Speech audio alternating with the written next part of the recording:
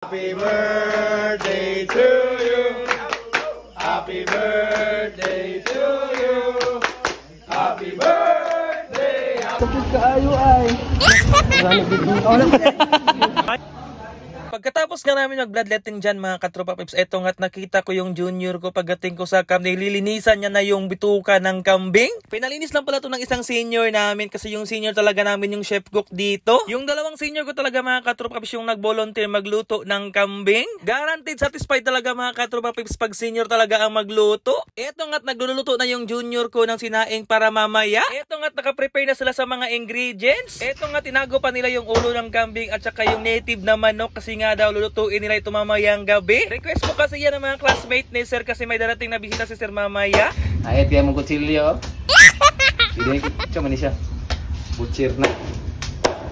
Pagdating talaga sa lutuan mga tropa pips, ito talaga yung pinakamasarap magluto dito sa amin, yung mga senior ko. Ika nga sa kasabihan mga katropa pips, the way to the woman's heart is through her stomach. O ayan ha, may pulis ka na, may loyal ka pa. May loyal na magmamahal sa'yo forever. Hoy, may ganon! Sabi pa nga ng senior ko dyan mga katropa pips, pulis daw gani imong higugmaon, lang daw kalutuan og lami nga pagkaon. Bantayan 24/7, higugmaon pa jud ka forever. Sana all may ganon. Dito pala sa kampo namin mga katropa pips, every time may birthday celebration marami talagang magbo-volunteer kung sino yung magluluto. Basta kompleto ka lang sa ingredients. Tulong-tulong talaga dito mga katropa pips. Sa pagluluto ang pag-usapan, pulis na ang bahala dyan. Kasama na kasi ito sa training namin ang pagluluto. Paano namang hindi ka matuto? May panahon talaga na ikaw talaga ang magluluto, especially kapag may mga lakad. Naku po, kailangan mo talagang matuto. Kasi kapag hindi ka marunong magluto, magugutom talaga yung mga kasama mo. O ano, sa magabalak pagpulis dyan, alam nyo na. Kasi pagbalik ng tropa kapag may operation tapos ikaw yung naiwan, tapos hindi ka pa marunong magluto, patay ka talaga.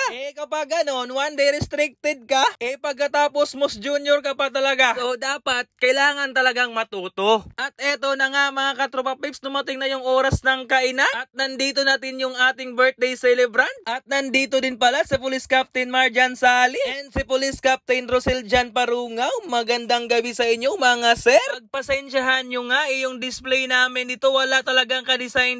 Basta ang importante mabusog nyo kami. Father in heaven, close our eyes. Pray. Heavenly Father, Lord, thank you so much for this evening. Thank you for this opportunity nga nagkayusang matag-usa to celebrate sa ang birthday celebrant. Lord, ikaw magapanalangin kanila, magatag strength, labi na yun, kusog, protection kanila o sa ilang family, even pa aning family, O Lord, ang 903rd Maneuver Company. Ikaw magapanalangin sa matag-usa. As we partake this food, sanctify this food, magatag strength, joy, peace sa matag-usa nga natin ni karon. We give you all the glory. Amen. Amen. Happy birthday to you. Happy birthday to you. Happy birthday, happy birthday, happy birthday to you. Happy birthday, happy birthday, happy birthday, maligayang bati, bati kahog na happy birthday to you. Birthday first.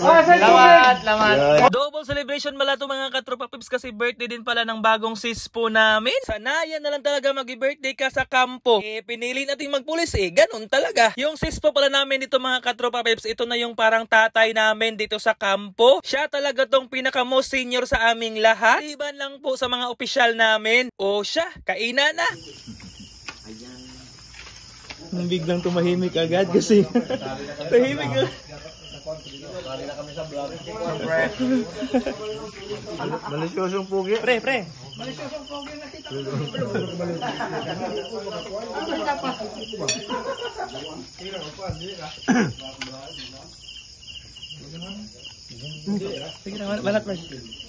Kini inyuhang Sir Poy, dili gwapo pero maayong tao. Bye-bye, see you on my next vlog. Guys, mag-asawa na mong pulis kay dili lang magbantay sa peace in order, mula pa muluto. Di ba na? Oo. Akong bantayan kay masipyat sa gluto, akong koreksyonan. Supervisor. Keep